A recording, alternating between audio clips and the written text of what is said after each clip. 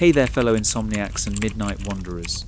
Tonight I need to tell you about the time a 7-year-old Viking child split another boy's skull with an axe during a ball game, and everyone celebrated. Or how about the warrior who was so terrifying that other Vikings, people who considered violence a hobby, would clear a 20-foot radius around him during battles, not because they were ordered to, because getting too close meant you might accidentally become part of his body count. So before we dive into why medieval monks literally wrote prayers, begging God to save them from one specific group of humans, go ahead and hit that like button, and subscribe if you actually want to be here, and drop a comment letting me know where you're listening from tonight. I'm always curious to see who's gathering around our digital campfire from across the globe, and let's ease into tonight's journey together. Close your eyes. Imagine the year is 793, June 8th, to be specific. The exact moment when every monastery in Europe was about to learn that geographic isolation doesn't mean safety anymore. Your brother Aelfric, and right now you're standing on the shore of Lindisfarne, a tiny island off the northeast coast of England. You're 16 years old. You've never been more than 5 miles from this monastery, and you're watching the North Sea because that's marginally more interesting than copying another manuscript about dietary restrictions. The waves are grey. The sky is grey. Your whole life is basically grey, with occasional flashes of brown. You're holding a bucket because Brother Thomas sent you to fetch seawater for. Honestly, you've forgotten why. Something about cleaning. Everything here involves cleaning. Your biggest worry 3 minutes ago was whether the porridge tonight would have salt in it. Spoiler, it won't. Then you see them. Dragon heads carved on ship prows, slicing through the morning mist like knives through parchment. At first your brain tries to rationalize. Trading vessels? Lost fishing boats? But trading vessels don't have 40 armed men per ship. Fishing boats don't coordinate their approach like a wolf pack. And absolutely nobody approaches Lindisfarne at attack speed unless they're planning something your prayers haven't prepared you for. The bucket drops from your hands. The clatter it makes hitting the rocks is the last normal sound you'll hear today. Because those aren't merchants, those are Vikings. And that word doesn't even exist yet. You just know them as men who shouldn't be here, doing things that shouldn't be possible. Picture this. The year is 893. You're a young monk named Aelfric, 16 years old, copying manuscripts in the monastery at Lindisfarne. Your biggest concern this morning was whether Brother Thomas would notice you dozed off during morning prayers.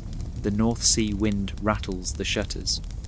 Your fingers are already numb from the cold, and you're thinking longingly of the thin porridge waiting in the refectory. Then you hear it, a sound that doesn't belong. Not the usual crash of waves or cries of seabirds.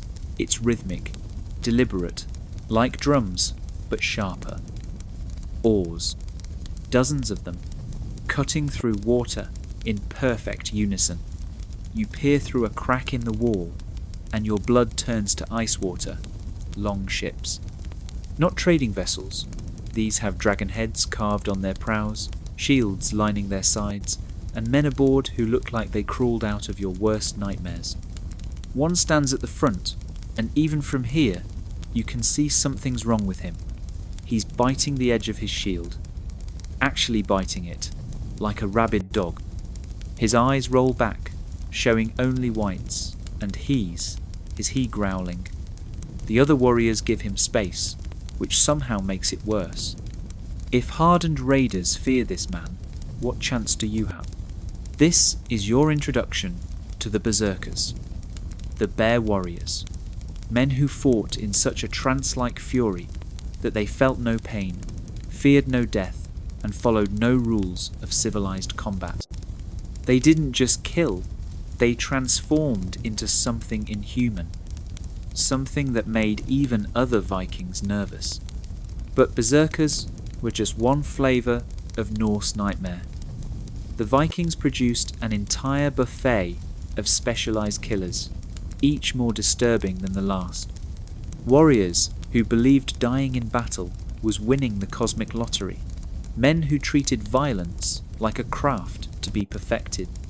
Fighters who saw your monastery not as a holy place, but as a convenient treasury, staffed by conveniently unarmed accountants. No smartphones to call for help, no police force coming to save you, no Geneva Convention to appeal to. Just you, your fellow monks who've never held anything sharper than a quill, and several dozen men who've been training for this moment since they could walk. And here's the truly disturbing part. 4. The Vikings weren't just raiders. They were entrepreneurs of violence. They had business models, protection rackets, sophisticated intelligence networks. They knew which monasteries had the best silver, which towns paid ransom fastest, and exactly how much terror to apply for maximum profit. You want to run, but where? The sea. That's their highway. The forest? They've fought in worse. Hide in the church? They literally don't care about your God's protection. In fact, they find it amusing that you think a building will save you. The shield biter at the ship's prow is twitching now, foam gathering at his mouth. The other warriors are putting on their helmets, simple, functional things, not a horn in sight. They're checking weapons with the casual efficiency of men heading to the office, because that's what this is for them. Tuesday at work. You're about to meet the most elite warriors the medieval world ever produced. Not knights with their codes of chivalry and their expensive armour. Not samurai with their cultivated honour. These are men who turned violence into a religion, quite literally. Their paradise required dying with a weapon in hand. Their gods demanded blood. Their entire culture revolved around the question, are you hard enough? Spoiler alert, you're not. The first warrior over the monastery wall won't be the shield biter. He's being saved for later, when the real fun begins. No, first comes someone worse, a completely sane, entirely rational Viking warrior who sees you exactly for what you are. Not a holy man, not a servant of Christ, just an obstacle between him and profit. And obstacles are meant to be removed. Brother Aelfric's hands shake as he drops his quill, ink splattering across months of careful work. But ruined manuscripts are about to be the least of his problems.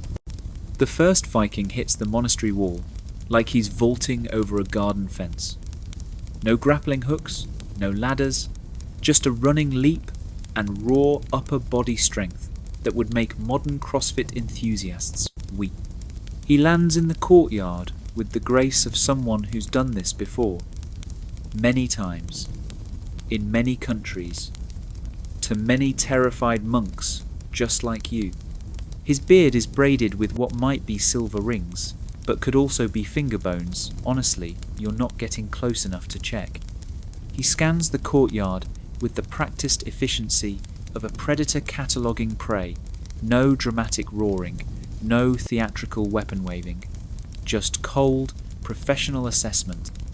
This is Bjorn Ironside, though you won't learn his name until much later when survivors share nightmares like trading cards. Right now, he's just the first of many problems cascading over your walls. He doesn't even draw his sword yet. Why would he? You're holding a wooden cross like it's a shield. Your most aggressive life skill is debating Latin grammar. The power dynamic here is less David versus Goliath and more Bunny versus Combine Harvester. Behind him, more Vikings flow over the wall with disturbing coordination. They're not the disorganized barbarian horde your abbot warned about during those long sermons about God's protection. These men move like a wolf pack, each knowing exactly where to go, what to grab, who to terrify. They've clearly done their homework. Someone knew exactly which building held the gold crosses, which door led to the grain stores, and most importantly, where you kept that jewel-encrusted gospel they're already hauling toward their ships. The Viking system wasn't random violence, it was targeted acquisition. Think of it as aggressive merger and acquisition, medieval style. They'd spent months gathering intelligence from traders, slaves, even fellow Christians, happy to sell out neighbouring monasteries for the right price. That beautiful illuminated manuscript you spent 3 years creating, they knew about it. That secret stash of communion wine the abbot thought nobody knew about, already loaded on their ships. The false bottom in the altar where you hid the emergency funds. Their intelligence network was better than yours. But intelligence gathering was just the appetizer. The main course was psychological dominance through calculated terror. See, Vikings understood something modern militaries spend billions trying to perfect, winning the battle before it starts. The berserker still gnawing his shield by the ships, he's not there by accident. He's a living propaganda piece, a walking advertisement for what happens when you resist. The message is clear. We have warriors so insane that other Vikings avoid them. What chance do you think you have? The shield biter's name was Thorgrim Skullsplitter. And yes, that was his actual name, not a nickname he earned later. Viking parents had a disturbing talent for prophetic naming. By age 7, little Thorgrim was already showing promise, having bitten through his wooden training sword during practice. His father was so proud. By 15, he'd killed his first man, a Danish trader, who made the mistake of shortchanging him on a fur deal. By 20, he was chewing through actual shields, and everyone just accepted this as normal workplace behaviour. You see, berserkers weren't born, they were made. The process started young, usually with boys who showed promise, which in Viking terms meant unusual aggression, high pain tolerance, or that special kind of crazy that makes other crazy people nervous. These boys were taken to remote locations, usually sacred groves dedicated to Odin, where they underwent initiations that would make modern hazing look like afternoon tea. The training involved systematic desensitization to violence. Young berserkers practiced on animals first, not hunting, but fighting them hand to hand. Bears if they could find them, wolves more commonly, rabid dogs when nothing else was available. The goal wasn't just to kill, but to channel the animal's fury, to become it. They wore the pelts of their kills, slept in them, fought in them, until the line between man and beast blurred like watercolours in rain. But the real secret wasn't the animal skins, or the mysterious potions later chroniclers obsessed over. It was the religious framework that made madness holy. Berserkers believed they were Odin's chosen warriors, his personal death dealers in the mortal realm. When they entered their battle fury, they weren't just fighting, they were channeling divinity. The trembling, the shield biting, the immunity to pain, that was Odin working through them.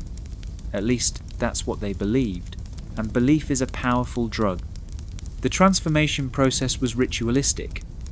Before battle, berserkers would work themselves into a frenzy through chanting, drumming, and sometimes consuming psychoactive substances. Henbane was popular, a nightshade plant that causes hallucinations, rage, and complete loss of pain sensation. Archaeological digs have found henbane seeds in warrior graves, tucked into small pouches like medieval party favours. But drugs were just one tool. The real catalyst was psychological conditioning, so deep it could be triggered on command. When the fury hit, witnesses described something genuinely terrifying. The berserker's face would flush red, veins bulging like rope under skin. They'd begin trembling, not from fear, but from sheer adrenaline overload. The shield biting wasn't random, it was a way to channel the building rage, like a pressure valve on a steam engine. Then came the howling. Not war cries or battle songs, but actual animal howls that raised hackles on both sides of the battlefield. In this state, berserkers felt no pain. Contemporary accounts describe them walking through fire, ignoring arrow wounds, fighting with mortal injuries that would drop normal men. One saga tells of a berserker named Ulf who continued fighting for a full minute after being decapitated, his body still swinging his axe in blind fury while his head rolled away. Probably exaggerated, but the fact that people believed it possible tells you everything about berserker reputation. But here's the truly disturbing part. Berserkers weren't mindless. The fury could be directed, controlled, aimed like a weapon. They recognized tactical objectives, followed battle plans, responded to commands from their jarls. The madness was a tool, not a disability. When the battle ended, they'd gradually come down from their high, often collapsing from exhaustion and dehydration. The aftermath wasn't pretty. Days of weakness, confusion, sometimes complete memory loss of what they'd done. Back at Lindisfarne, you're getting a front row seat to this carefully orchestrated terror. Bjorn Ironside has found the kitchen stores and is methodically cataloguing your food supplies with the efficiency of a health inspector. 2 of his men are in the scriptorium, not destroying your manuscripts, but carefully selecting the most valuable ones. Vandals don't bring carrying cases for rare books. These are professionals.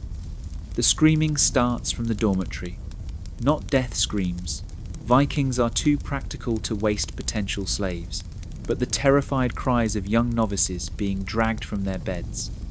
The slave trade was Viking Amazon Prime, their most reliable revenue stream. A healthy young monk could fetch 40 silver marks in the Dublin slave markets.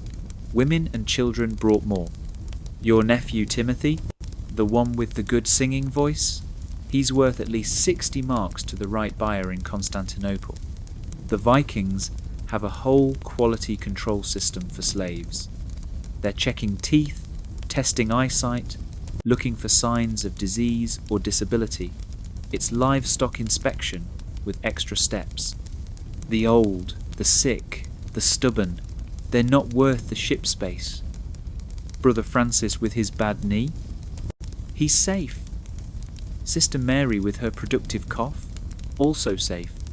You, young and healthy and literate, you're getting a one-way ticket to a Byzantine counting house.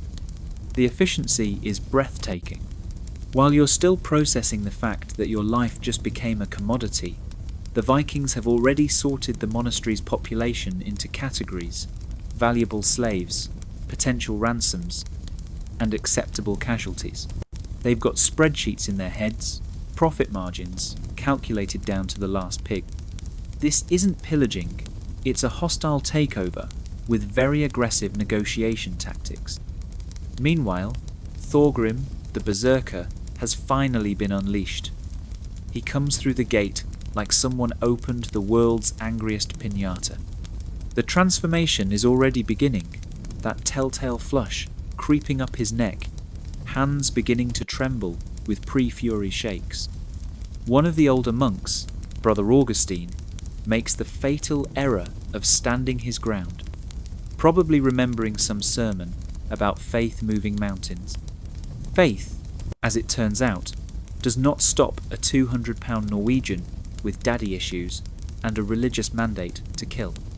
The first swing of Thorgrim's axe doesn't kill Augustine, it's not meant to. It takes his left hand off at the wrist, a precise strike that speaks to hours of practice. The scream that follows is exactly what Thorgrim wants. Fear is contagious, spreading through the monastery like spilled wine on white cloth.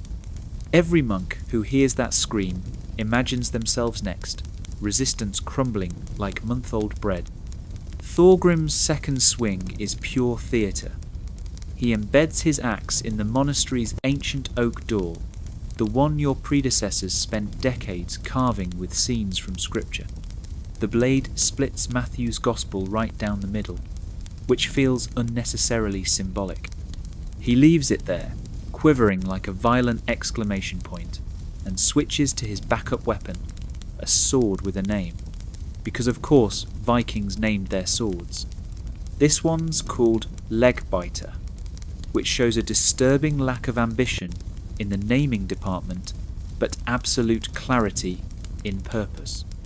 Augustin is still screaming about his missing hand when Thorgrim demonstrates why berserkers were everyone's least favourite co-workers. Instead of finishing the monk off cleanly, he begins what can only be described as an interpretive dance of violence. He's not fighting Augustine, he's fighting the air around Augustine, the ground beneath him, possibly some invisible enemies only he can see. His sword swings create a sphere of death around him that no sane person would enter. Even his fellow Vikings step back.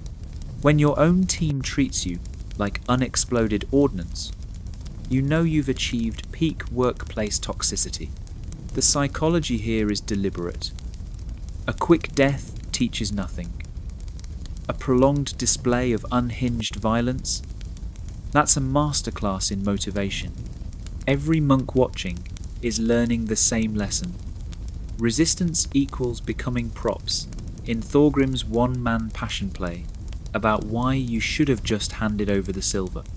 But while Thorgrim provides the distraction, the real Vikings, the ones with functioning impulse control, are conducting the medieval equivalent of a leveraged buyout. They've found your abbot, a portly man named Cuthbert, who thought his greatest challenge today would be deciding between fish or fowl for dinner. Now he's negotiating. If you can call having a knife to your throat while someone lists your assets negotiating. The Vikings want everything, but they're willing to be flexible on the definition of everything. They'll take all your gold, obviously. The silver candlesticks, those too. The illuminated manuscripts represent months of work, but only minutes of loading time. Your food stores will feed their crew for weeks. The livestock are mobile assets, cows, sheep, and pigs walk themselves to the ships. Even your brewing equipment gets catalogued. Vikings appreciate good craftsmanship, especially when it produces alcohol. But here's where it gets interesting. The lead Viking negotiator, and let's call him Eric the Accountant, because he's literally keeping tally on a wooden board, offers Abbot Cuthbert a deal. They'll leave the building standing, spare most of the monks, and even return next year for another transaction if the monastery can guarantee a certain annual payment. It's protection money with a longship logo. The mob didn't invent anything. They just borrowed from history's more successful entrepreneurs. Cuthbert, bless his sheltered heart, tries to negotiate. He offers half the gold, keep the food stores. Surely men of such obvious strength don't need their humble provisions. Eric looks at him the way you'd look at a toddler trying to negotiate bedtime. The knife presses deeper. Cuthbert's bargaining position deteriorates rapidly. This is where Vikings excelled, not in mindless violence, but in calibrated pressure. They knew exactly how much they could extract without killing the golden goose. Destroy a monastery completely? You get one good haul. Leave it functional, but terrified? You've got a renewable income source. It's the difference between strip mining and sustainable harvesting, if sustainable harvesting involved axes and screaming. The negotiation ends predictably. Cuthbert agrees to everything, probably promises his firstborn, if he had one, definitely wets himself a little. Eric notes the payment schedule on his tally board with the satisfied air of someone who just closed a particularly good quarter. The monastery will pay 300 silver marks annually, delivered to a specified Danish trading post. Miss a payment? Well, Thorgrim's always happy to make collection calls. But the Vikings aren't done teaching economics through terror. They need to ensure compliance. And nothing ensures compliance like selective brutality. 3 monks are chosen, not randomly, but specifically. Brother Thomas, who tried to hide silver in his cell, Brother William, who attempted to rally resistance, and Brother James, whose only crime was being young, strong, and therefore the most likely to cause future problems. What happens to them becomes the monastery's motivation for timely payment. Thomas loses his right hand, the same one he used to hide church property. William gets something called the Blood Eagle, which we'll discuss in graphic detail later because historical accuracy demands it, but for now, just know it made crucifixion look like a stern talking to. James, perhaps worst of all, gets taken as a slave after watching the other two. He'll spend his journey to the slave markets, wondering if he got the better or worse deal. The rest of you are herded into the chapel like sheep into a pen. Interesting architectural choice, building a space that's perfect for crowd control. The Vikings post guards at the doors, not to prevent escape, nobody's that stupid anymore, but to prevent anyone from seeing what happens next. Because while terror is useful, some things are trade secrets. What follows is a masterclass in efficient looting. The Vikings work in teams, each with specialised roles. There's the muscle, obviously, for moving heavy items. The appraiser who can tell real gold from gilt, valuable manuscripts from everyday copying. The quartermaster who ensures even weight distribution in the ships, because nothing ruins a good raid, like capsizing on the way home with all your loot. They strip the altar with the reverence of professionals.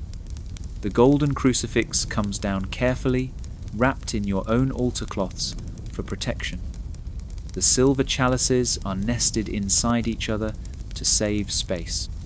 Even the brass candlesticks get evaluated. Worth taking? Worth the wait? The debate is brief, efficient.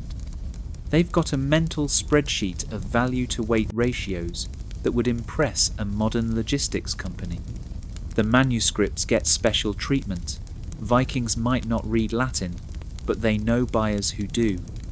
Byzantine collectors pay premium prices for Western manuscripts. Arab scholars in Cordoba have standing orders for specific texts. Your life's work copying Bede's ecclesiastical history? It'll end up in a Baghdad library, traded through Viking intermediaries who take their cut at every stage. The Vikings invented the used book market. They just added more violence to the acquisition process. Meanwhile, outside the chapel, the sounds tell their own story. Occasional screams, discipline being maintained, the lowing of cattle being herded, the rhythmic thump of grain sacks being loaded. And underneath it all, that persistent sound of oars being readied. The Vikings work with one eye on the tide. Nature's schedule waits for no raid. Thorgrim has finished his performance piece with Brother Augustine, who is no longer screaming because he's no longer capable of it. The Berserker is coming down from his high, that post-fury crash, hitting like a medieval hangover. He's swaying slightly, covered in blood that's mostly not his own, looking confused about why everyone's giving him a 20-foot radius. One of his companions throws him a water skin, careful not to get too close. Even other Vikings treat post-fury berserkers like volatile chemicals, useful but handle with extreme care. The really disturbing part? Thorgrim probably doesn't remember most of what just happened. The berserker fury creates a kind of blackout state, memories fragmented like a dropped mirror. He knows he fought. He can see the results, but the actual experience? That belongs to Odin, or whatever dark corner of the mind berserkers accessed. He'll spend the next day piecing together his actions from the reactions of others, like trying to reconstruct a night of heavy drinking from horrified witness accounts. But Thorgrim's just one flavour in the Viking warrior variety pack. Meet Olaf Quietly Kills, whose nickname is more terrifying than any amount of screaming berserker fury. Olaf doesn't do the whole bare-skin shield-biting routine. He wears regular armour, carries standard weapons, and looks like someone's disappointing uncle at a family gathering. He's also personally responsible for more dead monastery guards than any 3 berserkers combined. Olaf's specialty is what Vikings called night work, the kind of killing that happens in shadows and silence. While everyone's watching Thorgrim's interpretive murder dance, Olaf is 3 buildings over, sliding a knife between the ribs of a guard who thought darkness meant safety. He doesn't believe in fair fights or honourable combat. He believes in results, and results mean enemies who die confused about what happened. The Vikings cultivated specialists like Olaf because they understood combined arms tactics centuries before military academies made it doctrine. Berserkers for shock and awe, quiet killers for surgical strikes, shield walls for open battle, archers for support. Even their ship crews were specialised, navigators who could read currents like books, shallow water pilots who could thread longships through channels that shouldn't fit a canoe. Your monastery is experiencing the full Viking tactical spectrum. While the berserkers provide distraction and terror, professionals like Olaf eliminate actual threats. While the main force loots systematically, scouts are already checking nearby settlements for follow-up opportunities. While negotiators extract protection payments, intelligence gatherers are learning about other monasteries, other wealth, other opportunities. It's vertically integrated pillaging. The sun is setting now, painting the monastery walls the colour of diluted blood, which feels aggressively on theme. You've been in the chapel for hours, listening to your world being disassembled with the efficiency of a pit crew. Every crash, every scream, every bout of laughter from the Vikings is another chapter of your life being edited with an axe. The monk next to you hasn't stopped praying since this started. The one on your other side hasn't started. Different coping mechanisms for the same existential crisis. Then the chapel doors open, and in walks someone who makes Thorgrim look like a grief counsellor. This is Ivar. Not Ivar the Terrible or Ivar the Bloody, just Ivar. When you're scary enough, you don't need epithets. Later, history will call him Ivar the Boneless, but right now he's just the man being carried in on a shield by 4 Vikings who look like they'd rather be anywhere else. Yes, carried. Because Ivar's legs don't work properly. Some say it's a curse. Others whisper about a disease that makes bones brittle as dried twigs. The truth doesn't matter, because Ivar has turned his disability into everyone else's problem. He can't walk, so he became better at thinking than anyone who could. He can't swing a sword, so he learned to swing entire armies like weapons. He's proof that the most dangerous Viking isn't the one frothing at the mouth, it's the one taking notes. Ivar surveys the huddled monks like a chef examining ingredients. His eyes are the pale blue of deep ice, the kind that looks pretty until you realise you're trapped in it. He says something in Norse to his carriers, who set him down with obvious relief. One of them is rubbing his shoulder.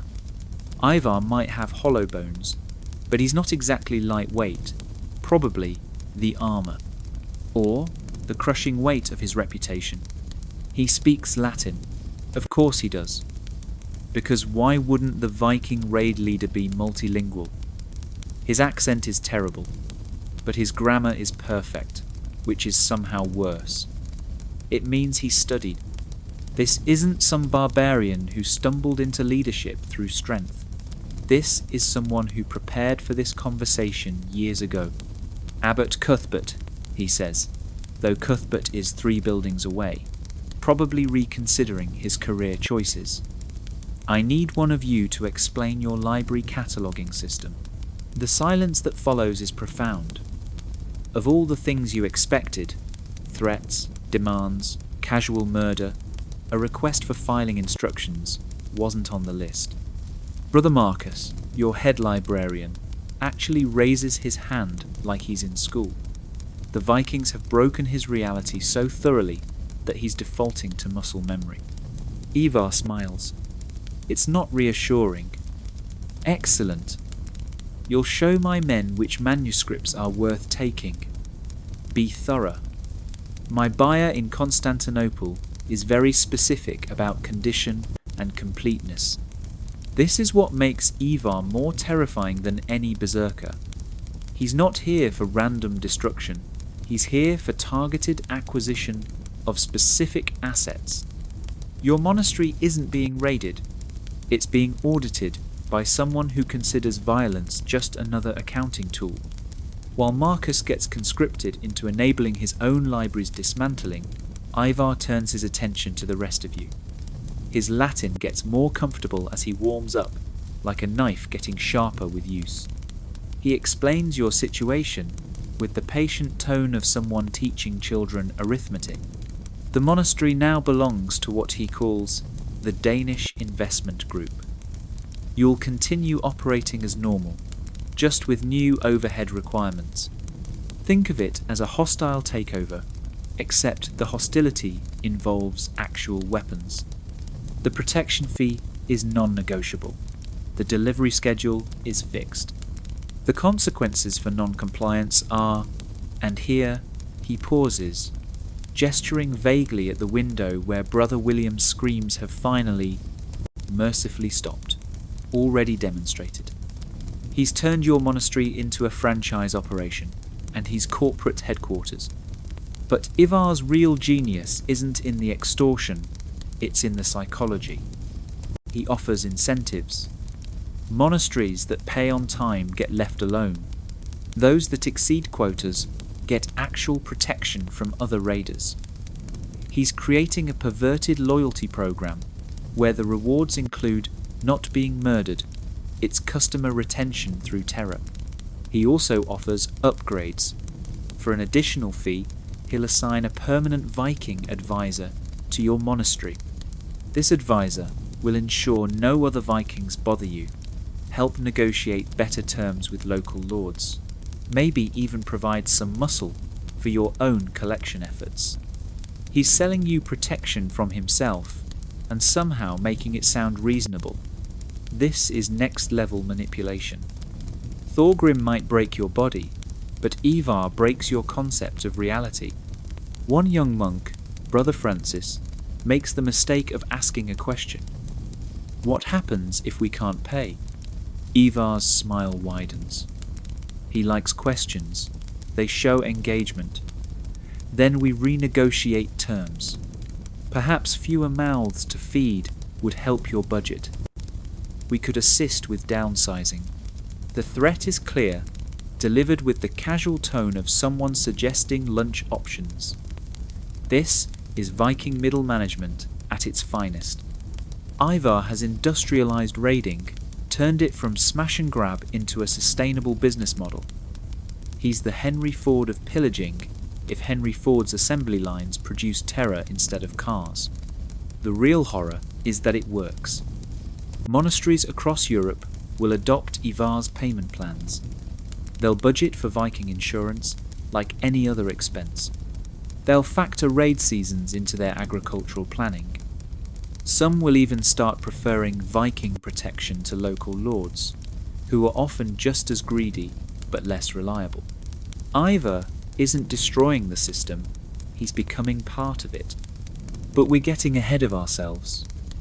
Right now, you're still processing the fact that your monastery has been leveraged into a Viking subsidiary. Around you, monks are doing mental math, trying to figure out how to squeeze 300 silver marks from an economy based on prayer and turnips.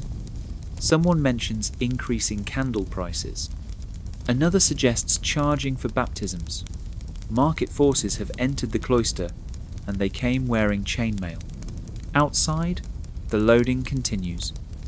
Vikings are naturally efficient. When your workplace is a ship with limited storage, you learn to pack like your life depends on it, because it often does. They're using your own carts, your own livestock to pull them, adding insult to injury, or possibly injury to insult, depending on your perspective. Your favourite milk cow, Bessie, is now part of Viking logistics. You named a cow. They're eating it next week. The human cargo is being processed too. The Vikings have set up what can only be called a recruitment centre near the main gate. Younger monks, particularly those with useful skills, are being evaluated for career opportunities in the slave markets. Brother Paul, who speaks 4 languages, definitely getting headhunted. Sister Agnes, with her medical knowledge, already earmarked for a Byzantine hospital. The Vikings are conducting a talent drain that would make Silicon Valley proud. The selection process is ruthlessly practical. Too old? Stay. Too sick? Stay. Too stubborn? That's negotiable. One monk tries to fake a limp, which might have worked if he hadn't been seen running during the initial attack. He gets added to the cargo manifest with a note about attitude adjustment required. The Vikings keep employee files. What's particularly galling is how they frame it. The Viking recruiter. Because, yes, they have those explains how Brother Paul will live in Constantinople, work for educated people, probably eat better than he ever has. It's not slavery, it's an involuntary career change with mandatory relocation. The Vikings invented corporate spin before corporations existed. Meanwhile, Thorgrim has recovered from his berserker hangover and is making himself useful in the worst way possible. He's been assigned crowd control, which for a berserker means standing near the monks and occasionally growling. It's remarkably effective. Nobody wants to test if he's recharged for round 2. He's like a human scarecrow, if scarecrows were soaked in blood and religious mania. The other Vikings treat him with the careful respect reserved for dangerous tools. They point him at problems. They keep him fed and watered, but nobody's inviting him to their birthday parties. Even in a culture that glorifies violence, Thorgrim is that co-worker everyone appreciates professionally but avoids personally.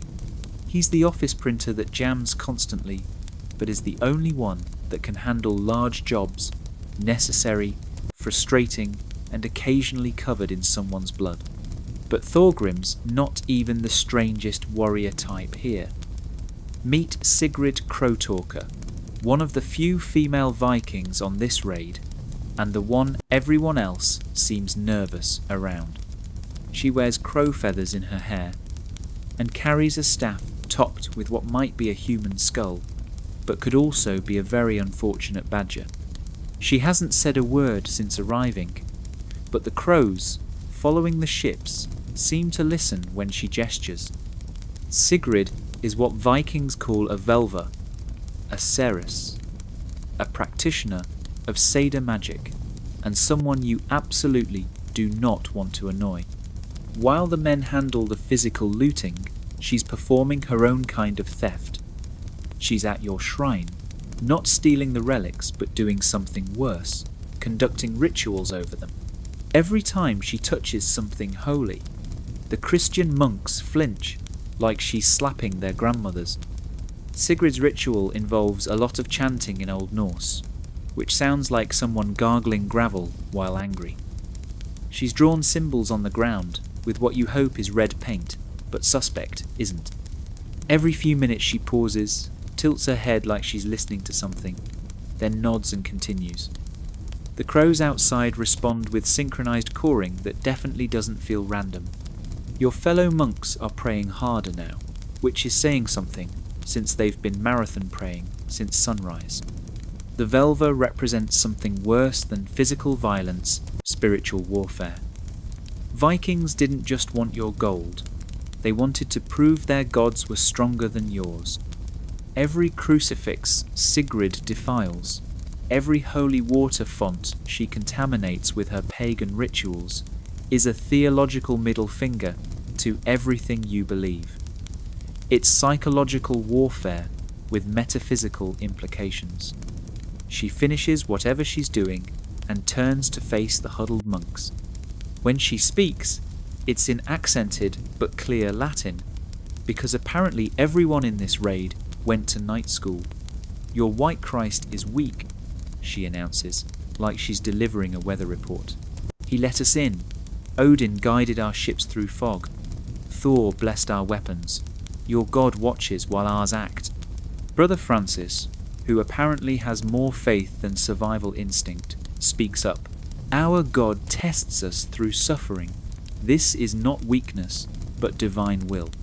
Sigrid actually laughs. It sounds like crows fighting over carrion. Then your God wants you poor and bleeding. Our gods want us rich and victorious. Which would you rather serve? It's a rhetorical question, but it hits harder than Thorgrim's axe. The Vikings aren't just winning physically, they're winning theologically. Every successful raid is proof their system works. Every monastery burned is evidence their gods deliver. It's hard to argue with results, especially when the results are currently looting your life's work. This is what made Vikings truly terrifying. Not just the violence, but the complete civilizational confidence behind it. They didn't doubt, they didn't question. They knew their gods wanted them to take your stuff, and your inability to stop them proved they were right. It's circular logic with ships and axes. But the theological debate gets cut short by new arrivals. More Vikings, but these ones are different. Cleaner, for starters. Better armed. Moving with the coordinated precision of actual military units, rather than enthusiastic amateurs. These are Huskarls, professional warriors who train year-round, maintained by Jarls who can afford standing armies. If regular Vikings are weekend warriors, Huskarls are special forces. Leading them is someone who makes even Ivar straighten up, metaphorically speaking, since literally straightening is complicated for him. This is Guthrum, though he'll later style himself as King Ethelstan of East Anglia, because Vikings loved irony almost as much as they loved other people's gold. Right now, he's surveying the monastery with the calculating gaze of someone deciding whether to add it to his real estate portfolio. Guthrum represents the evolution of Viking raiding into Viking conquering. He's not here for a smash and grab, he's scouting for permanent settlement. The Huskarls aren't loading loot, they're taking measurements, checking water sources, evaluating defensive positions. Your monastery isn't being robbed, it's being assessed for conversion into a Viking stronghold. This is worse than losing your gold. This is losing your land. Vikings are going from tourists to residents, and they're not asking permission. Guthrum's men are already discussing which buildings to keep, which to demolish, where to build the longhouse. Your scriptorium, future weapons storage, your brewery, that's staying, obviously. Your chapel, they're debating between stable and feast hall. The efficiency is heartbreaking. 300 years of Christian civilization being rezoned for pagan purposes in real time. Monks who spent decades building this place, watching Vikings plan its renovation, like some apocalyptic episode of Property Brothers, will knock down this wall to really open up the space for axe training. But Guthrum's presence means something else. This raid is part of something bigger. He mentions other monasteries hit this week, forces converging, a grand assembly plan. The monks exchange terrified glances as the scope becomes clear. This isn't random raiding, this is coordinated invasion. What you're experiencing is just one note in a symphony of destruction. The Great Heathen Army, they'll call it later. Thousands of Vikings united under multiple kings, turning from raiders to conquerors. Your little monastery raid? You're witnessing a test run for the conquest of England. The Vikings are done shopping. They're moving in. Ivar and Guthrum confer in rapid Norse, occasionally gesturing at maps, your monastery thoughtfully provided by existing. The discussion seems heated. Different philosophies of wealth extraction, probably. Ivar favours sustainable extortion, Guthrum prefers direct ownership. It's the medieval equivalent of arguing between rental income and property flipping. While management discusses strategy, the grunt work continues. Vikings are remarkably egalitarian in their looting. Everyone participates, everyone profits. The share system is complex, but fair. Jarls get double shares. Ship captains get 1.5. Regular warriors get 1. Even the thralls, slaves who fight for the Vikings, get half shares. It's profit sharing with battle axes. Your fellow monk brother David, who handled monastery finances, is forced to help calculate shares. The irony of using Christian mathematical knowledge to divide Christian wealth among pagans isn't lost on anyone. David works with the mechanical precision of someone whose mind has gone elsewhere for safety. He'll later describe this as the worst group project of his life. The share system reveals Viking priorities. Gold and silver, obviously, get top billing. Weapons come next. Good steel is always valuable. Then trade goods. Furs, amber, ivory. Books are surprisingly high value, especially illustrated ones. Slaves are calculated separately, their value estimated based on skills and condition. Even the monastery's beehives get appraised. Vikings really did think of everything, but it's not all taking. Vikings believed in gift-giving, just usually non-consensual. Guthrum orders small silver pieces distributed among the monks who cooperated. It's payment for services rendered, making you all technically Viking employees. The tax implications alone are theologically troubling. Are you supposed to tithe on pillage wages? This transaction-based worldview extended to their gods. Vikings didn't worship. They negotiated. Sacrifices were investments, expecting returns. Prayers were business proposals.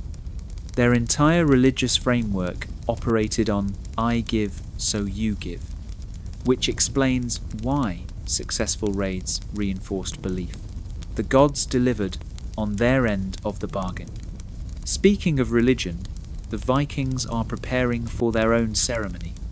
As darkness falls, they build a bonfire in your courtyard, using your furniture for fuel. The practical and symbolic merge. They need light and warmth, but burning Christian furniture before a pagan ritual sends a message. Your lectern becomes kindling. Your prior's chair provides particularly satisfying flames, apparently. The ceremony is both foreign and familiar. There's ritual drinking, your communion wine repurposed for toasts to Odin. There's call and response chanting that sounds like death metal liturgy. There's even a sermon of sorts, delivered by a Viking they call Thorolf the Eloquent, though eloquent seems generous for someone whose speech consists mainly of creative threats against anyone who disappoints the gods. Thorolf is what Vikings called a gothy, part priest, part chieftain, part motivational speaker. He leads the ceremony with the confidence of someone who's never questioned his life choices. His sermon covers the usual Viking talking points: glory in battle, shame in cowardice, the importance of dying well. It's self-help for psychopaths. The religious ceremony serves multiple purposes. It bonds the raiders together, reminding them they're doing holy work. It intimidates the captives, showing Viking unity and purpose. It thanks the gods for successful raiding, while asking for continued favour. It's also a really aggressive party. Vikings knew how to multitask. During the ceremony, they conduct what can only be called an awards presentation. Warriors who showed exceptional bravery get arm rings from the Jarls. Those who found particularly valuable loot receive recognition. Even Thorgrim gets acknowledged for his enthusiastic problem-solving, which is certainly one way to describe what happened to Brother Augustine. The award for most innovative intimidation goes to someone called Bjorn Treehanger, who apparently invented a new way to display captured monks that maximizes visibility while minimizing escape attempts. The Vikings applaud his creativity. You try not to think about Brother William's final moments. Innovation in the field of applied terror gets rewarded like any other workplace achievement. But the real showstopper is the blot, the sacrifice ceremony. The Vikings have selected livestock from your stores, because using your own animals against you is apparently a theme. The Gothi consecrates each animal to specific gods. This cow to Thor for strength in battle, that sheep to Odin for wisdom in planning, your prized rooster to Freya for. Actually, you don't want to know what they're asking Freya for. The killing is quick, professional. Vikings don't believe in making animals suffer unnecessarily. That's reserved for humans who resist. The blood is collected in bowls, then sprinkled on weapons, ships, and warriors. It's baptism in reverse, consecrating through death rather than symbolic rebirth. Every drop that hits Christian ground is another small victory for their gods. The blood ritual reaches its crescendo when Sigrid steps forward with a bundle of twigs, halautinnar, she calls them, which sounds like a sneeze but means blessing twigs. She dips them in the sacrificial blood and begins flicking it over the assembled Vikings. It's like the world's most disturbing baptism, with warriors pushing forward to get splattered. The more blood that hits you, the more favour you carry into the next battle. Thorgrim practically bathes in it, because of course he does. Your Abbot Cuthbert is forced to watch this desecration of his courtyard. They've positioned him where he can see everything but do nothing, like the world's worst theatre seat.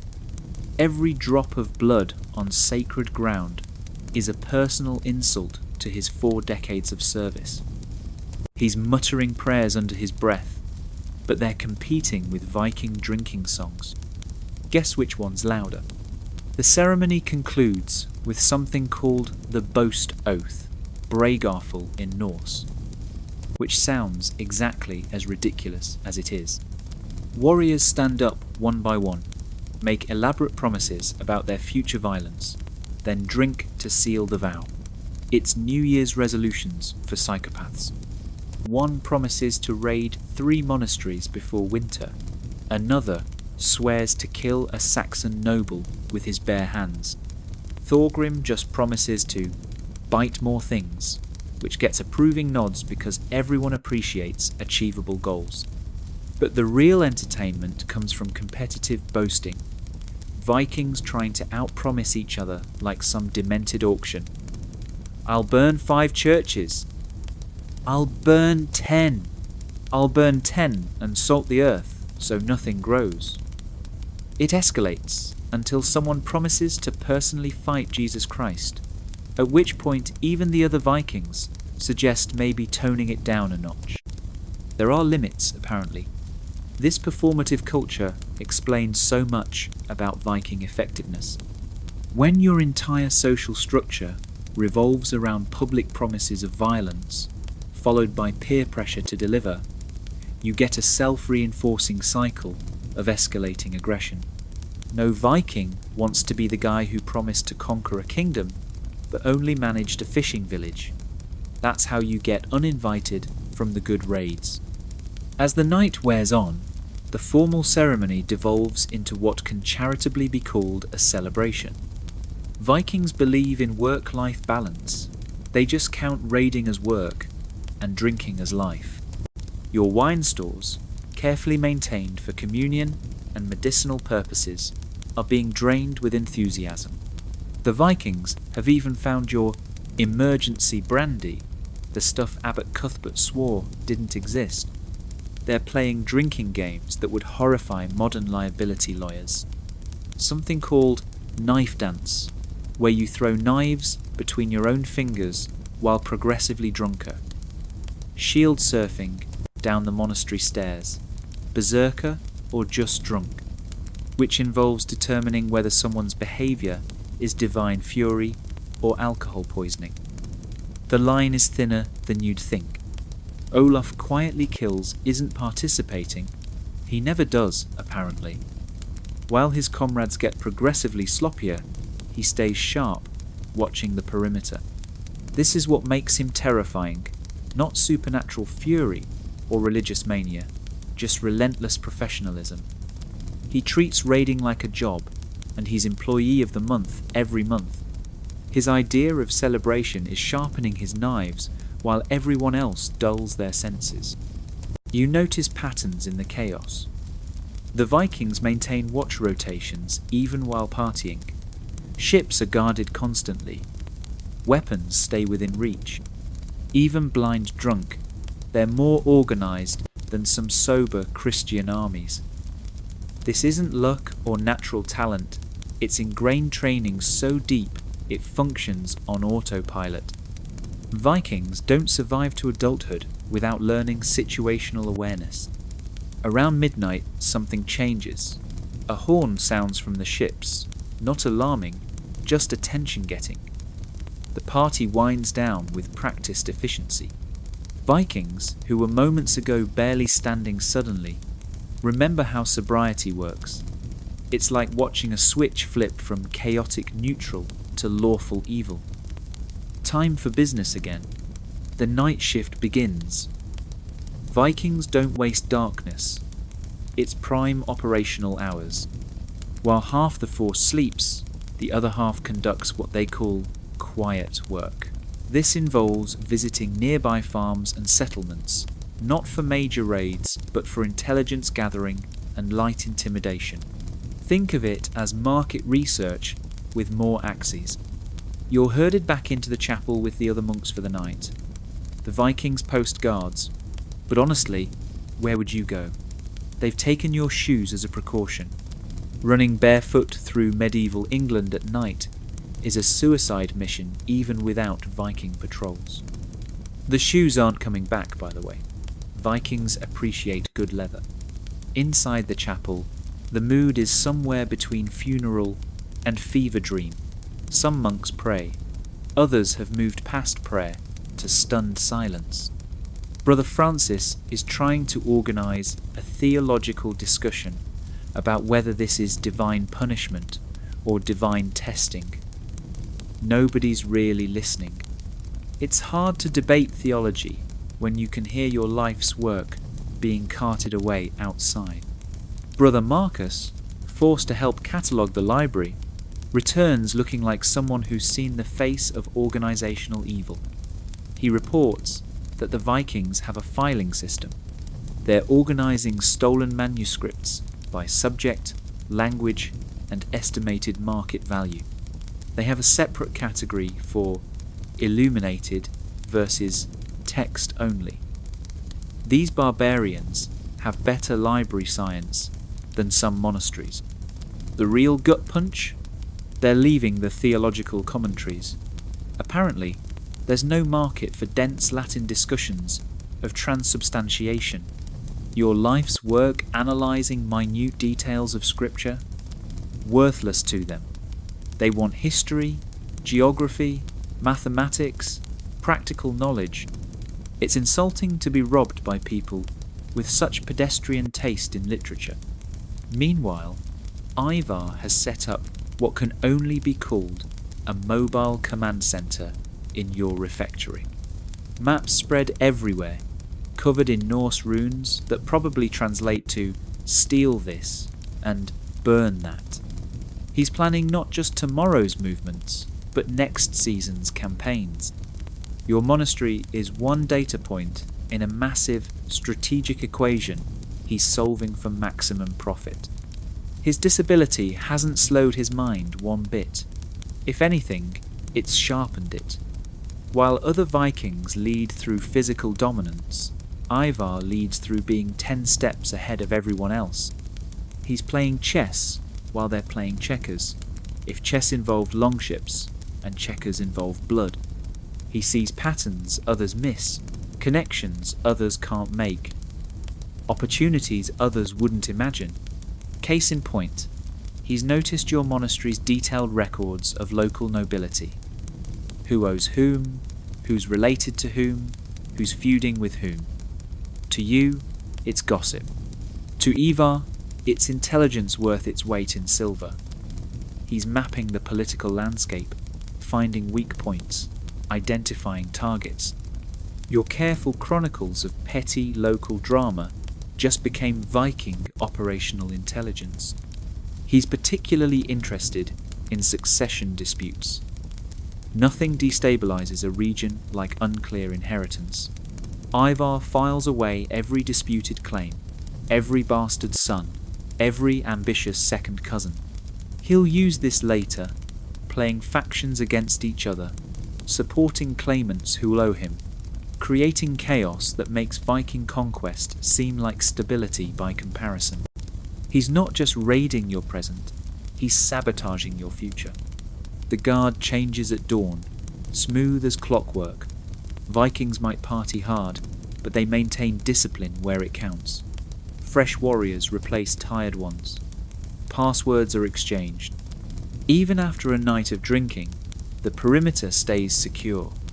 This is what makes them unstoppable, not individual strength, but systematic competence. They've turned raiding into a science. Breakfast is awkward. The Vikings help themselves to your morning porridge, complaining about the lack of meat. They're genuinely offended by monastic dietary restrictions. One tries to explain that you can't raid effectively on gruel and prayer. You want to point out that you weren't trying to raid anyone, but that seems like a dangerous philosophical discussion to start with armed pagans before coffee. Not that you have coffee. Nobody has coffee. It's the Middle Ages, and everything is terrible. The loading resumes with morning efficiency. Vikings work better with hangovers, apparently. Maybe it's practice. Your worldly goods continue their journey to the ships in a steady stream. Books, precious metals, cloth, tools, anything worth taking gets taken. They're even taking your good rope. Do you know how long it takes to make good rope? The Vikings do. That's why they're taking it. Guthrum and his Huskarls are conducting what looks suspiciously like a hiring fair. They're interviewing monks with useful skills, offering positions in their nascent kingdom. Brother Paul, with his languages, gets a job offer as a translator. Brother Timothy the carpenter is promised work building halls. They're not even threatening, just offering competitive wages. It's recruitment through invasion, headhunting with actual heads occasionally hunted. The recruitment pitch is surprisingly sophisticated. Guthrum's translator, a former Saxon who clearly made some life choices, explains the benefits package. Regular pay in actual silver, not promises. Food that includes meat more than twice a year. Protection from other Vikings, which is like offering insurance against yourself, but somehow it works. Even rudimentary healthcare, though rubbing dirt on it and hoping for the best, barely qualifies as medical treatment. Brother Paul looks tempted. You can see him doing mental calculations. Lifetime of poverty and prayer versus actual wages and travel opportunities. The moral calculus is complex when Vikings offer better employment terms than the church. Several younger monks are openly interested. The Viking recruiting sergeant, because, yes, they have those, is explaining profit sharing from future raids like it's a perfectly normal retirement plan. This is the insidious part of Viking conquest. They don't just destroy, they absorb. Every converted Saxon is one less enemy, one more resource. They're building a multicultural terror corporation, and they're offering stock options. Your civilization isn't just being conquered, it's being given the opportunity to join the conquering team. It's recruitment through Stockholm Syndrome, which won't be named for centuries, but the Vikings are pioneering the concept. The real shock comes when Brother Timothy actually accepts. He sets down his cross, picks up his carpenter's tools, and walks over to the Viking side. The other monks stare like he's grown a second head. He mumbles something about God working through all people, and better to build than be destroyed. But everyone knows he's just tired of porridge and wants to eat meat occasionally. The Vikings cheer. They love a good conversion story. Timothy's defection triggers a crisis of faith more profound than any violence. If monks can just switch sides, what does that say about the strength of belief? The Vikings aren't forcing anyone, they're offering alternatives, and some of your brothers are taking them. It's theological defeat through free market principles. Meanwhile, the loading is nearly complete. The Vikings have stripped your monastery with the efficiency of locusts with spreadsheets. Even the lead from your windows is gone, carefully pried out for reuse. They've left the buildings mostly intact, can't extract protection money from rubble, but they've taken everything that made them functional. It's architectural taxidermy. The final insult comes when they find your hidden crypt. Not hidden well enough, apparently. Vikings have developed a sense for concealed wealth like pigs for truffles. They've seen every trick, false floors, hidden chambers, burial goods.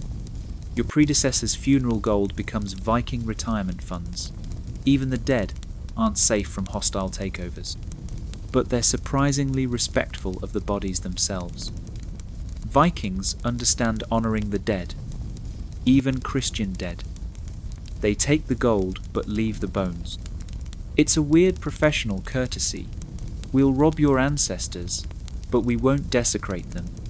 The bar for civilized behaviour is underground, but at least it exists. Sigrid, the Velver, performs some ritual over the open crypts that probably cancels out centuries of Christian blessing, but at least she's not playing hacky sack with skulls. She even instructs the Vikings to reseal the tombs properly. Apparently, angry ghosts are bad for business, regardless of their religious affiliation. Even Viking superstition has health and safety protocols. As morning progresses, a new problem emerges. Other people have noticed the smoke from your burning buildings. The local Saxon lord, Earl Aelfwin, has mustered his Fyrd, the local militia, of farmers with sharp tools and questionable training. They're approaching from the west, maybe 200 strong, looking like they'd rather be anywhere else but obligated by oath to at least try. The Vikings react to this news like someone told them dessert is ready. Finally, a proper fight. Raiding monks is profitable, but professionally unsatisfying. Fighting actual warriors, even poorly trained ones, that's career development. Thorgrim is already drooling, and not entirely from residual berserker brain damage. The transformation is immediate and terrifying. Drinking horns become helmets. Lazy morning stretches become weapon drills. The scattered raiding party becomes a disciplined military unit in less time than it takes to say a Hail Mary. This is what Earl Aelfwin is walking into. Not bandits or barbarians, but professionals who treat warfare like other people treat farming, except their crop is violence, and harvest season is year-round. Ivar, carried to a vantage point, surveys the approaching Saxons with the expression of someone checking if fruit is ripe. He issues rapid orders in Norse. The Vikings split into 3 groups with practiced ease. It's not their first agricultural militia, and it won't be their last. The planning has the casual efficiency of people solving a familiar problem. The shield wall forms with mechanical precision. Vikings lock shields together, creating a wooden barrier that would make modern riot police jealous. Behind them, archers string bows. On the flanks, the mobile fighters prepare to envelope. It's textbook tactical deployment if textbooks were written in blood and bound in human skin. But the real psychological warfare is about to begin. The Vikings don't attack immediately, they wait.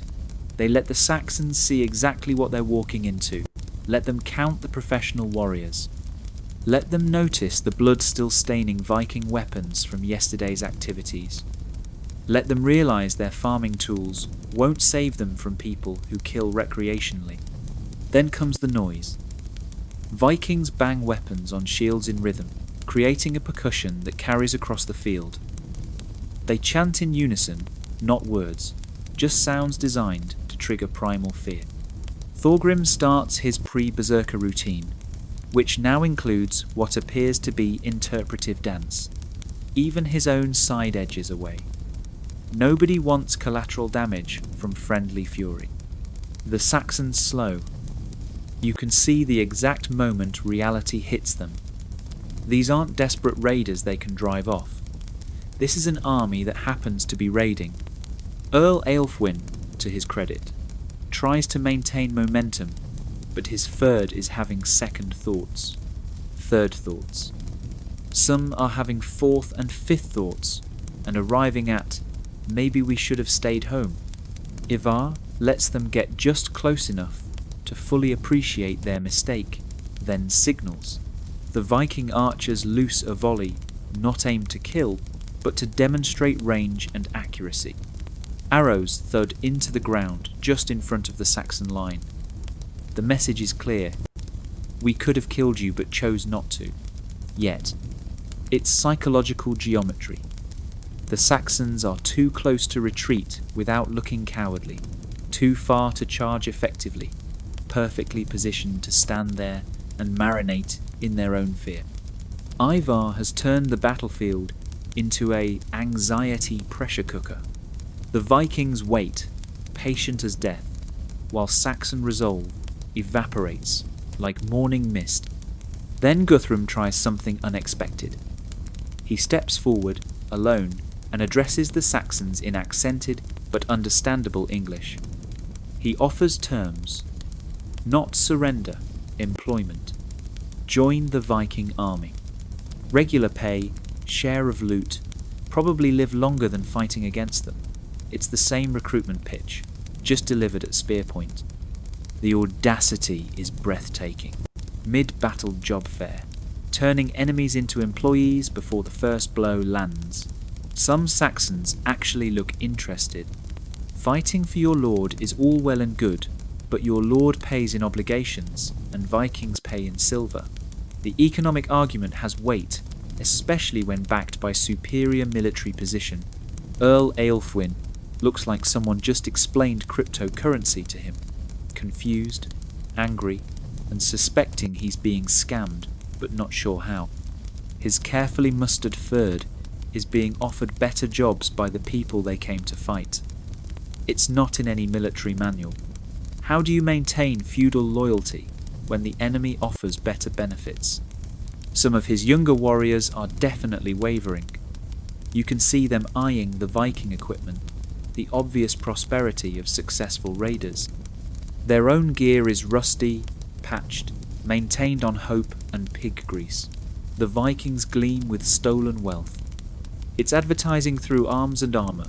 Join us, and you too could own chainmail that doesn't smell like your grandfather's sweat. The standoff stretches. Saxons sweating in the morning sun. Vikings waiting with predatory patience. The psychological pressure builds until you could cut it with a sea axe. Someone's going to break, and everyone knows it won't be the professionals. This is what Vikings excel at. Not just winning battles, but winning them before they start. The recruitment pitch is surprisingly sophisticated.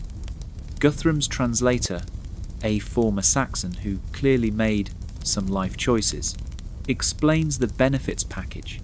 Regular pay in actual silver, not promises. Food that includes meat more than twice a year. Protection from other Vikings, which is like offering insurance against yourself, but somehow it works. Even rudimentary healthcare, though rubbing dirt on it and hoping for the best, barely qualifies as medical treatment. Brother Paul looks tempted. You can see him doing mental calculations. Lifetime of poverty and prayer versus actual wages and travel opportunities. The moral calculus is complex when Vikings offer better employment terms than the church. Several younger monks are openly interested. The The Viking recruiting sergeant, because, yes, they have those, Powers, is explaining profit sharing from future raids like it's a perfectly normal retirement plan. This is the insidious part of Viking conquest.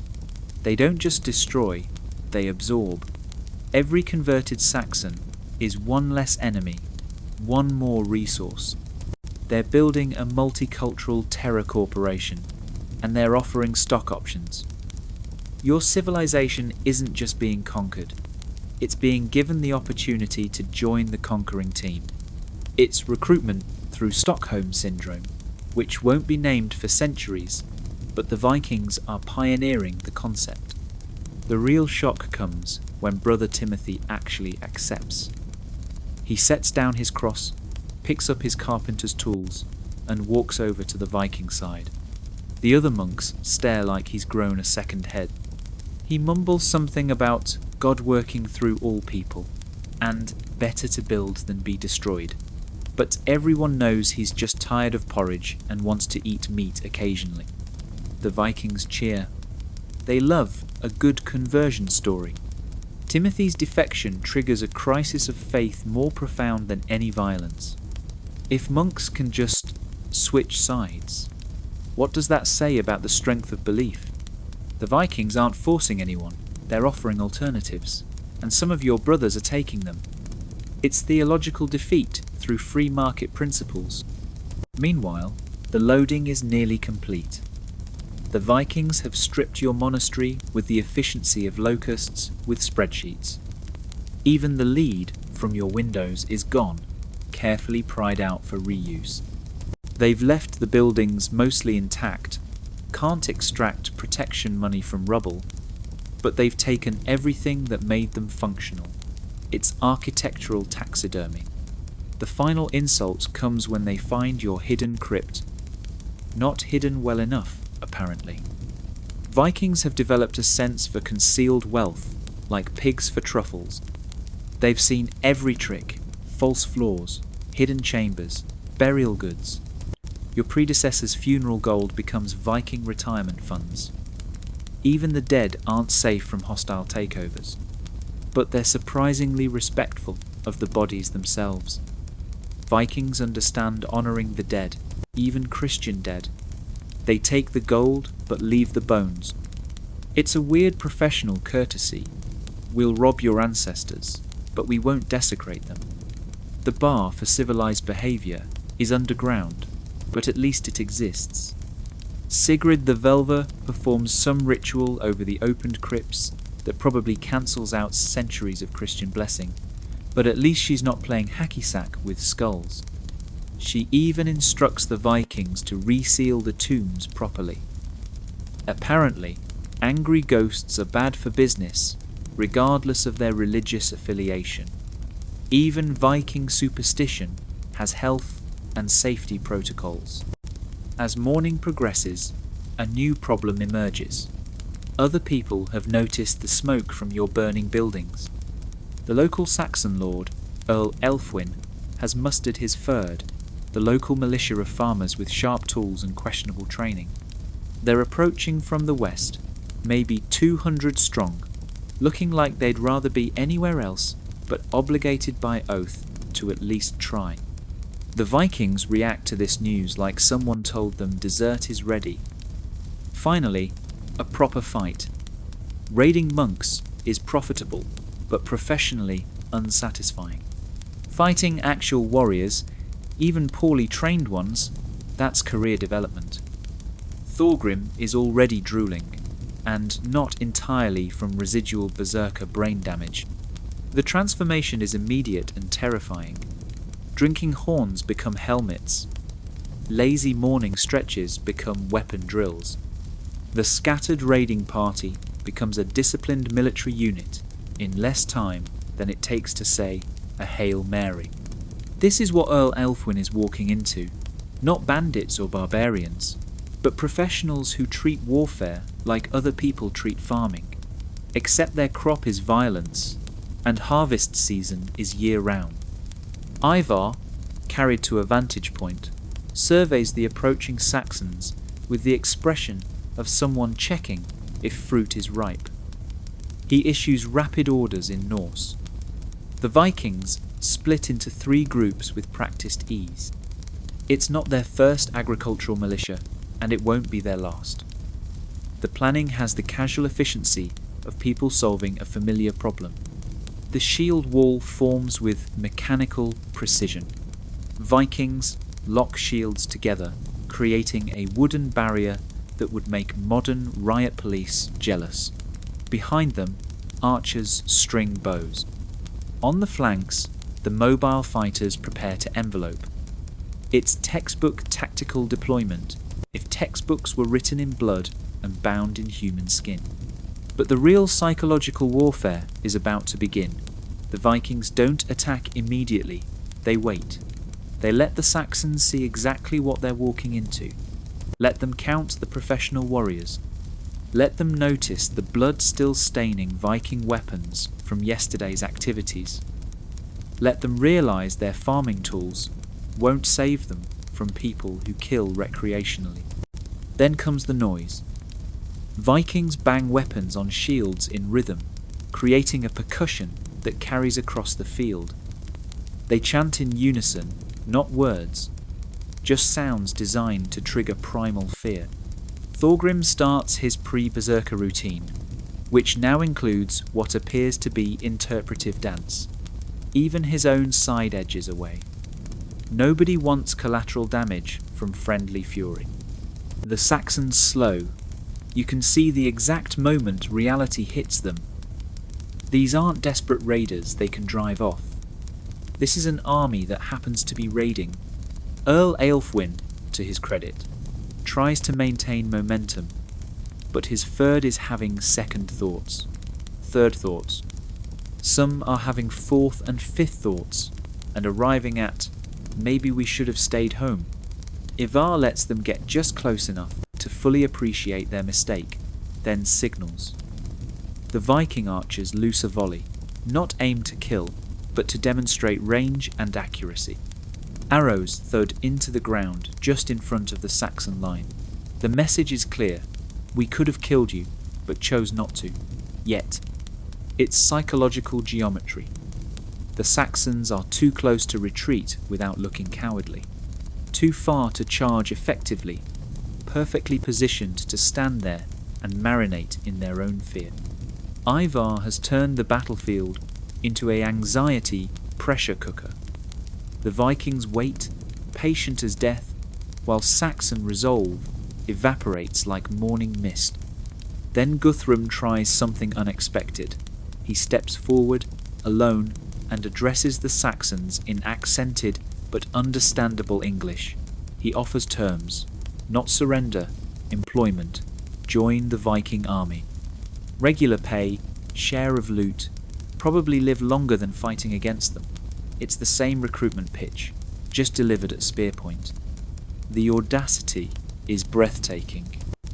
Mid-battle job fair, turning enemies into employees before the first blow lands. Some Saxons actually look interested. Fighting for your lord is all well and good, but your lord pays in obligations, and Vikings pay in silver. The economic argument has weight, especially when backed by superior military position. Earl Aelfwin looks like someone just explained cryptocurrency to him, confused, angry, and suspecting he's being scammed but not sure how. His carefully mustered third is being offered better jobs by the people they came to fight. It's not in any military manual. How do you maintain feudal loyalty when the enemy offers better benefits? Some of his younger warriors are definitely wavering. You can see them eyeing the Viking equipment, the obvious prosperity of successful raiders. Their own gear is rusty, patched, maintained on hope and pig grease. The Vikings gleam with stolen wealth. It's advertising through arms and armour. Join us, and you too could own chainmail that doesn't smell like your grandfather's sweat. The standoff stretches. Saxons sweating in the morning sun. Vikings waiting with predatory patience. The psychological pressure builds until you could cut it with a sea axe. Someone's going to break, and everyone knows it won't be the professionals. This is what Vikings excel at, not just winning battles, but winning them before they start. The longships push off with practiced grace, oars cutting water in perfect synchronization. Vikings row like they fight, efficiently, rhythmically, devastatingly. Your monastery's wealth disappears downriver, heading for markets you'll never see. Brother Paul waves from one ship. He's already learning Norse, the linguistic traitor. Timothy the carpenter is teaching Vikings about dovetail joints. Collaboration comes naturally to survivors. You and the remaining monks stand in your stripped monastery like furniture in a foreclosed house. The silence is profound after 2 days of continuous violation. Even the birds haven't returned yet. Nature itself needs time to process what just happened. The only sound is Brother Francis, still praying, though his prayers have taken on a quality best described as aggressively hopeful. Abbot Cuthbert surveys the damage with the expression of middle management after a hostile takeover, which, technically, is exactly what he is. The Vikings have left him in charge of generating their protection payments. He's essentially a franchise manager for Viking Extortion Incorporated. The theological implications alone could fuel decades of scholarly debate if you had any scholars left. The practical problems are more immediate. How do you generate 300 silver marks annually from an economy based on subsistence farming and prayer? The Vikings might as well have asked for unicorns. At least unicorns would be theologically consistent. Silver requires actual economic activity, which monasteries aren't exactly optimized for. Someone suggests increasing candle prices. Another proposes charging for prayers, premium packages for guaranteed salvation. Brother Francis, who's apparently moved from denial to entrepreneurship, suggests they could offer Vikings conversion services. If we can't beat them, baptize them. The theological gymnastics required for that rationalization could win Olympic medals. But the real changes go deeper than economics. The monastery's entire worldview has been forcibly updated. For centuries, you've believed walls meant safety, isolation meant protection, and God's favour meant security. The Vikings just delivered a 3-day seminar on why those assumptions were catastrophically wrong. The lesson plan included practical demonstrations. The younger monks are handling it better, oddly. They're already discussing modifications, better walls, hidden tunnels, maybe some basic military training disguised as vigorous gardening. One suggests learning Norse to better understand our enemies. He's not fooling anyone. He's hedging bets, preparing for a future where Vikings might be employers rather than raiders. Smart kid. Traumatized, but smart. The older monks are trapped in theological crisis. If God allowed this, what does that mean? Standard answer is testing faith. But that feels inadequate when Brother William is still displayed in the courtyard like a warning from management. Maybe God has a different plan. Maybe Vikings are divine instruments. Maybe theology is just elaborate coping mechanisms for chaos. The debates will rage for years. But we're getting ahead of ourselves. Right now, you're still processing the immediate aftermath. The Vikings left basic supplies, but basic is doing heavy lifting here. Food for maybe 2 weeks, if you're creative with portion definitions. Tools, but only the broken ones not worth taking. Shelter, but stripped of everything that made it comfortable. It's survival mode, with extra prayers. The first night without Vikings is somehow worse than nights with them. At least when they were here, you knew where the danger was. Now every sound could be their return. That creaking? Probably wind, but maybe oars. That shadow? Likely a tree, but possibly scouts. The Vikings are gone, but their presence lingers like smoke in fabric. Fear has a half-life measured in generations. Your fellow monks react differently to trauma. Some double down on faith, praying with desperate intensity. Others go mechanically through motions, souls temporarily closed for maintenance. A few show disturbing pragmatism, already planning how to meet Viking demands. Brother Francis has started a ledger, tracking theoretical income streams. Adaptation happens fast, when the alternative is blood eagles. The cleanup begins at dawn. Someone has to deal with Brother William, and by someone, everyone means the youngest monks who can't refuse. It's educational in the worst way. They learn anatomy, mortality, and why you should never volunteer for leadership during raids. The burial is quick, quiet. What prayers do you say over someone's sacrifice to pagan gods? The liturgy doesn't cover this scenario. Word spreads fast in medieval England. By noon, locals are arriving to gawk and gossip. Your monastery's destruction becomes entertainment for people. Grateful it wasn't them. They bring news from other religious houses, similar raids, similar arrangements, similar horror stories. The Vikings are franchising fear across the countryside. Your experience wasn't unique, just part of a larger business model. The stories share common elements. Berserkers providing distraction while professionals work. Selective brutality, pour encourager les autres. Protection rackets disguised as religious warfare.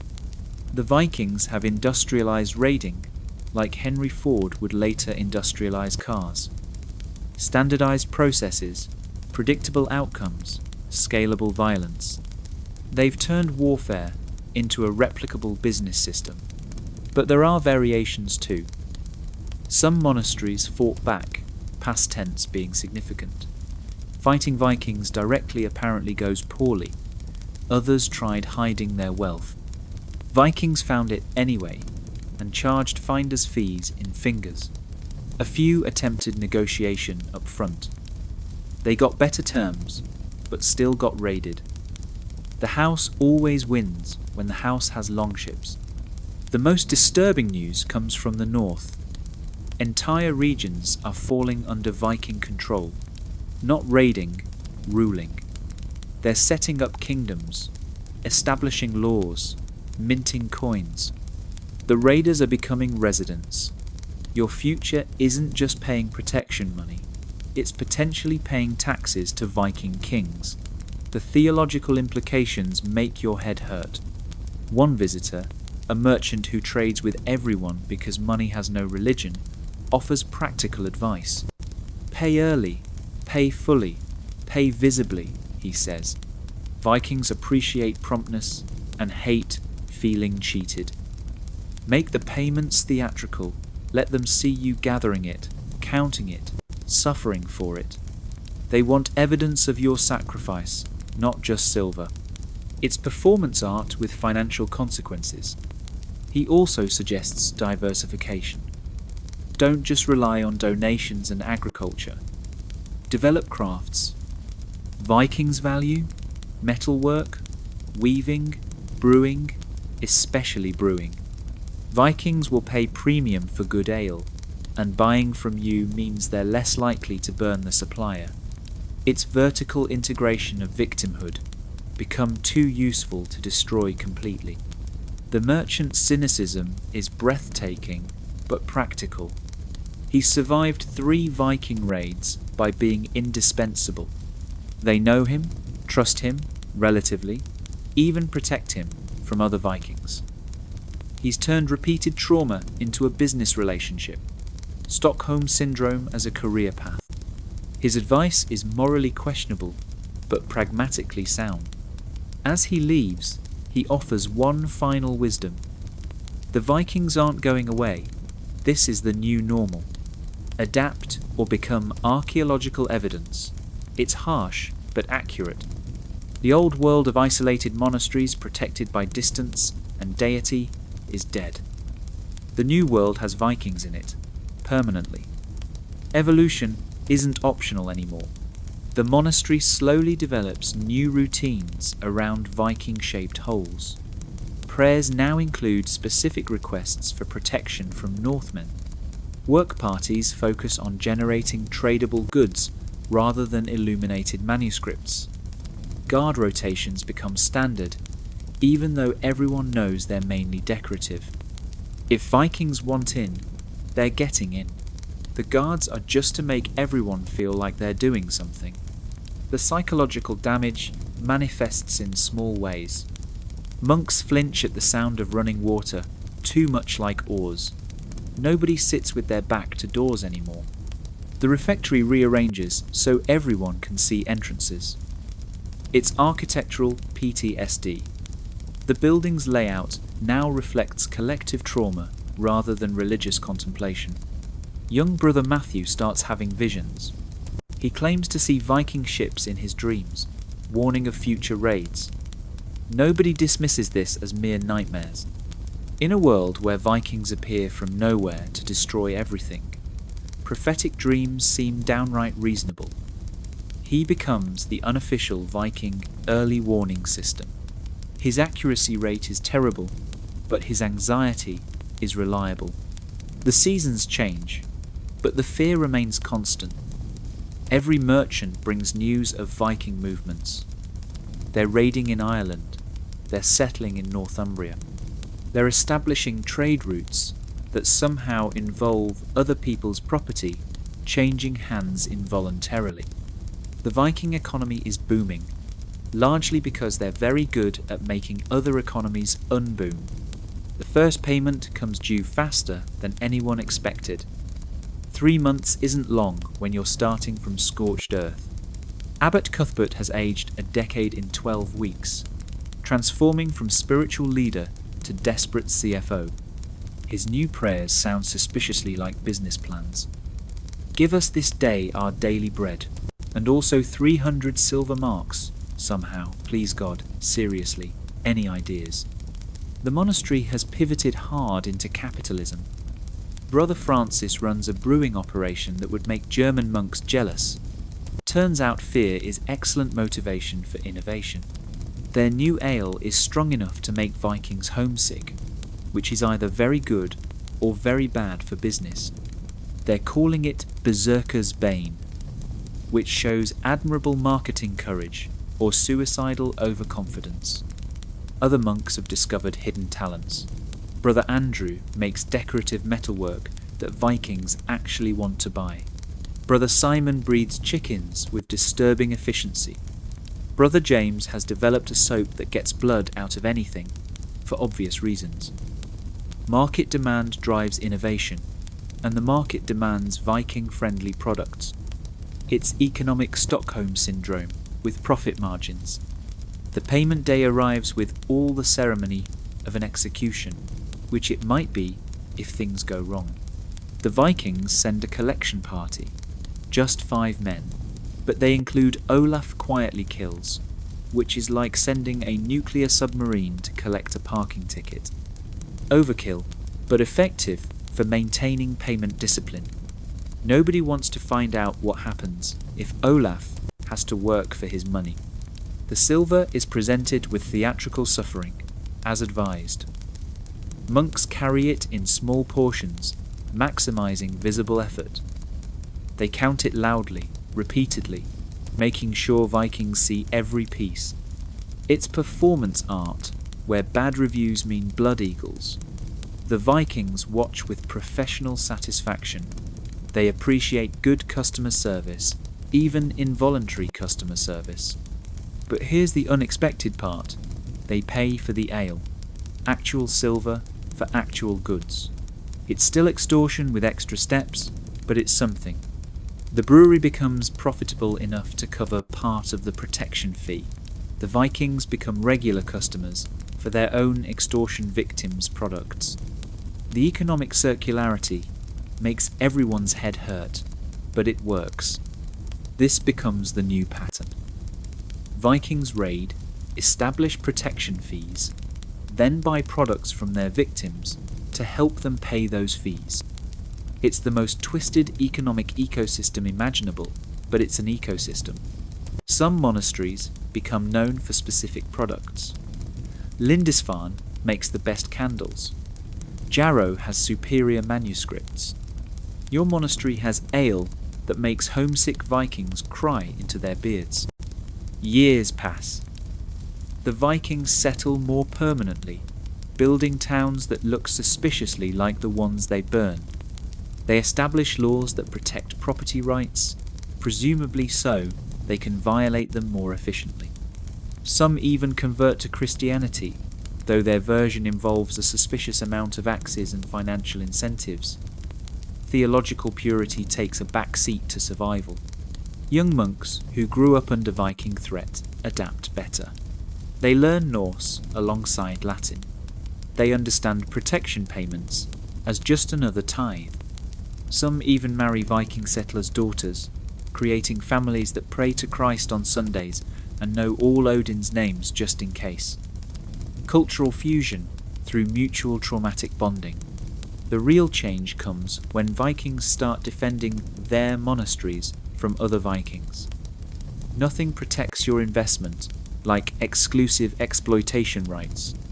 Your monastery gets attacked by Norwegian raiders, only to be defended by Danish ones who have standing protection contracts. It's gang warfare with religious sites as territory. The theology gets complicated when pagans are defending Christians from other pagans. Ivar dies eventually, carried to the end on shields and strategic genius. His funeral involves burning a ship full of treasure, including several items that look suspiciously familiar.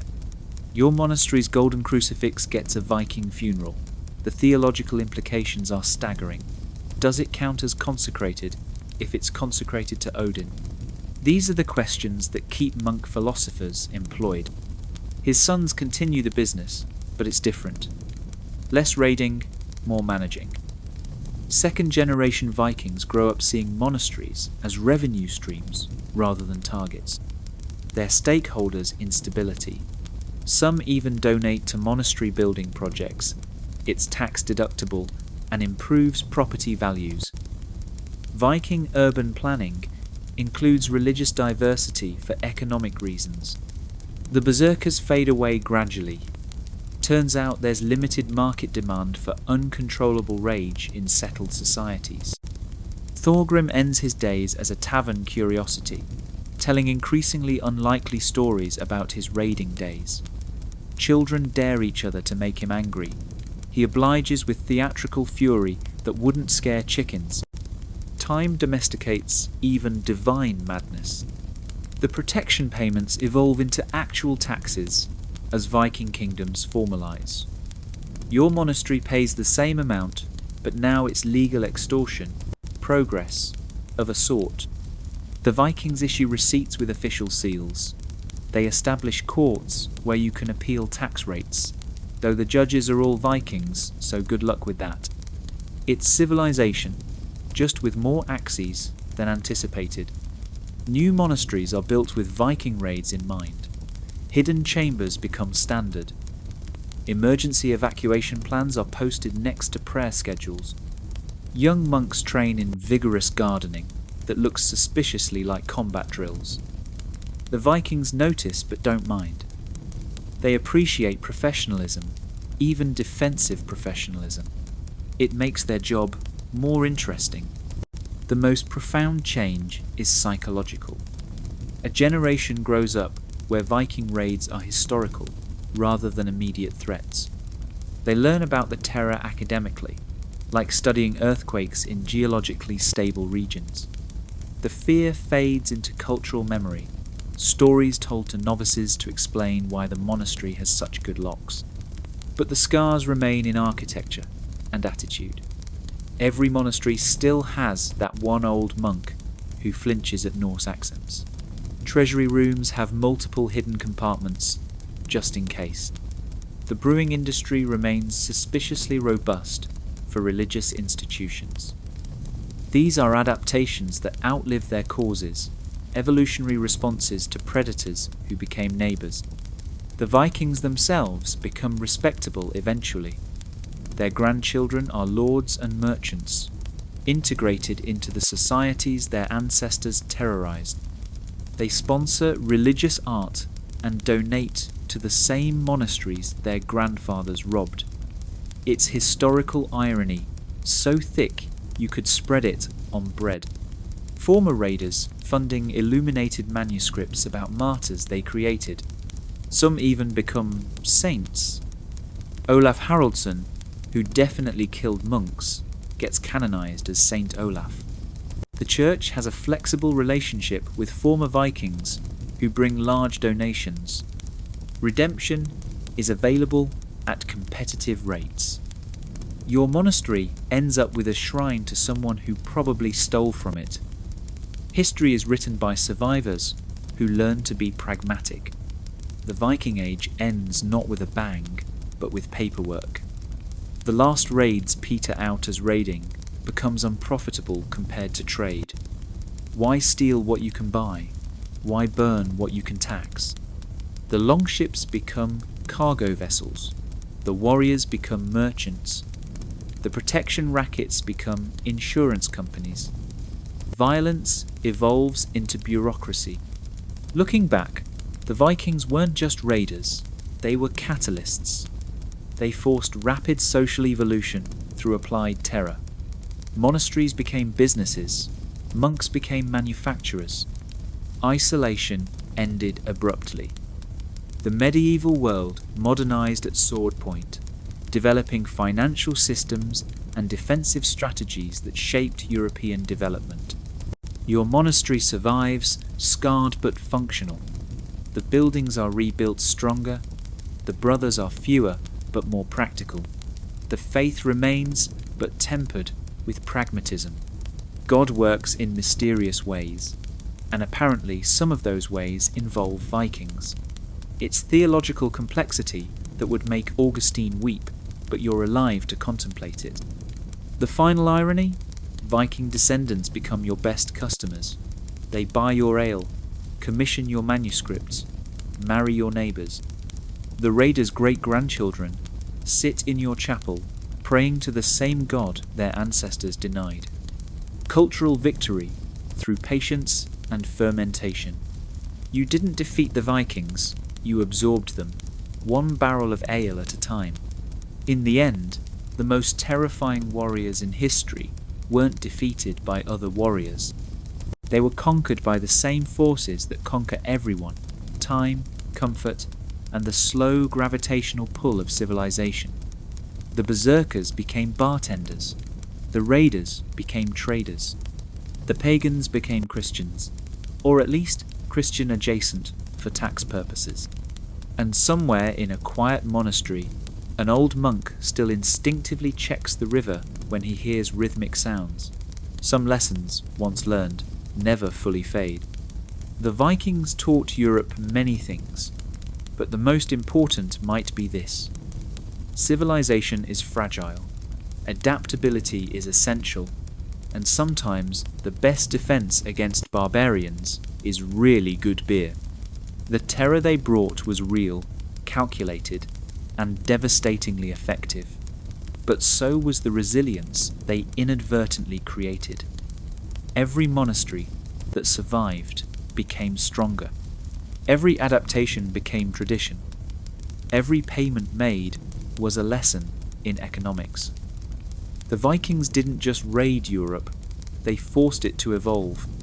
And evolution, as Brother William learned too late, is a bloody business. So ended the age of Viking terror, not with conquest or defeat, but with integration and alcohol sales. History has seen more dramatic endings, but few more ironically appropriate. The warriors who lived by the sword ended up dying by the ledger, and somewhere Odin is probably laughing, or crying. It's hard to tell with one eye,